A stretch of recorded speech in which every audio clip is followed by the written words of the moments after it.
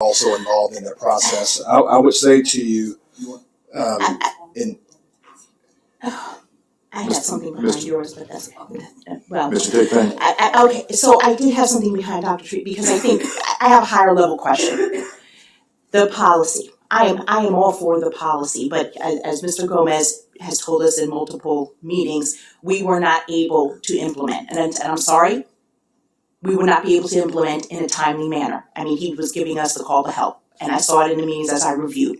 My question is, we did not make a lot of changes to the handbook. This is where I'm confused. We didn't make changes to the handbook. We added some, we copied and pasted some handbook stuff into the policy, JCDI, to show to show how we are breaking out the levels. My question is, and this is probably for Dr. Watts or Mr. Tinker, Ms. Tinker, because you're in charge of this.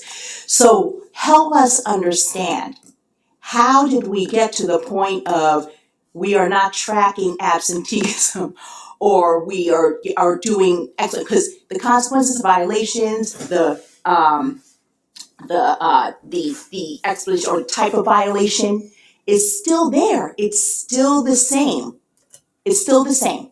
But and especially for anything that has a law behind it, which would be from the fights to the carrying of guns, the drugs and everything. Nothing has changed. Nothing. So how did we get to the point of we are no longer all having any consequences, all because we passed a policy which had very few changes except more explanation for certain levels, more of the lower levels actually, but all the higher levels of violations, nothing has changed. So, and people are saying, including teachers, students, they're stating that we no longer have consequences, we're not, for tardies AWOLs, we're not doing anything about it. So how did we get to that point? How did we get to that point? Because I can't understand how we couldn't explain this, that nothing has really changed over these past months. Mr. Thigpen, can I weigh in there just a second?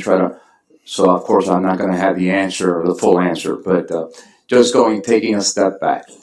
Remember that with policy JCDI, the first bucket of policy JCDI, that's where you as a board express your value statements. You've got to read those value statements to try to answer some of these questions. Your value statements were, I don't have them all in front of me, so forgive me, along the line that suspension would be used as a last resort. Your value statements were that we are now aware that discipline is developmental in nature, etc. Right? So I've given this example before to individuals. If I, as a father, am used to using one technique of discipline at home, and my wife says, hey, we need to change our way of disciplining, then as an implementation, I stop doing those things I was doing before. So the kid may say, oh my God, daddy's not doing the same thing he did to me before. Maybe I can get away with this behavior more often. But if your value statement, I appreciate the fact that you're now saying that maybe we need to take a relook at that. But if your value statements, and those are the first 8 or 9 things of that policy, say things like, we know discipline is developmental. We know we need to use suspension as a last resort. We are sending the message that we as a collective body want to look at discipline in a different way. That policy, nowhere in that policy does it say stop suspending kids. What it says, though, is we encourage you to look at it a different way. So let's go to fighting.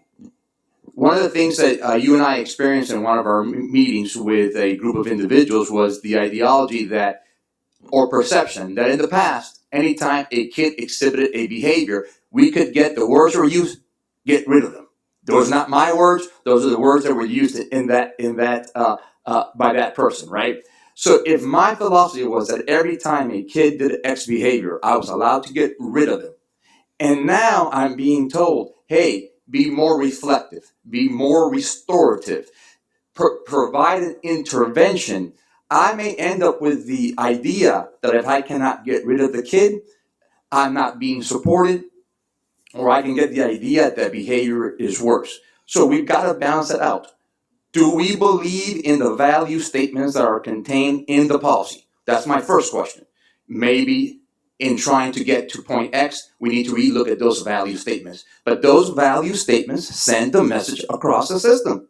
If I'm a teacher, if I'm a principal, and my board says, I want you to understand that we consider suspension as a last resort, what do you think I'm going to do? Consider suspension as a last resort. That's one of the statements in policy JCI. So that could, I'm not saying is all, could add to the implementation confusion. So again, maybe one of the things we need to do, and we are doing, is reteaching that. Because what I keep hearing is that we still want, as a board, a deep understanding that we want to look at discipline in a different way than we used to. How do we look at discipline in a different way than we used to, but still ensure safety, real and perceived? So that's my 2 cents worth, and thank you for allowing me to put that in there. Doesn't mean that I mean it. I'd like to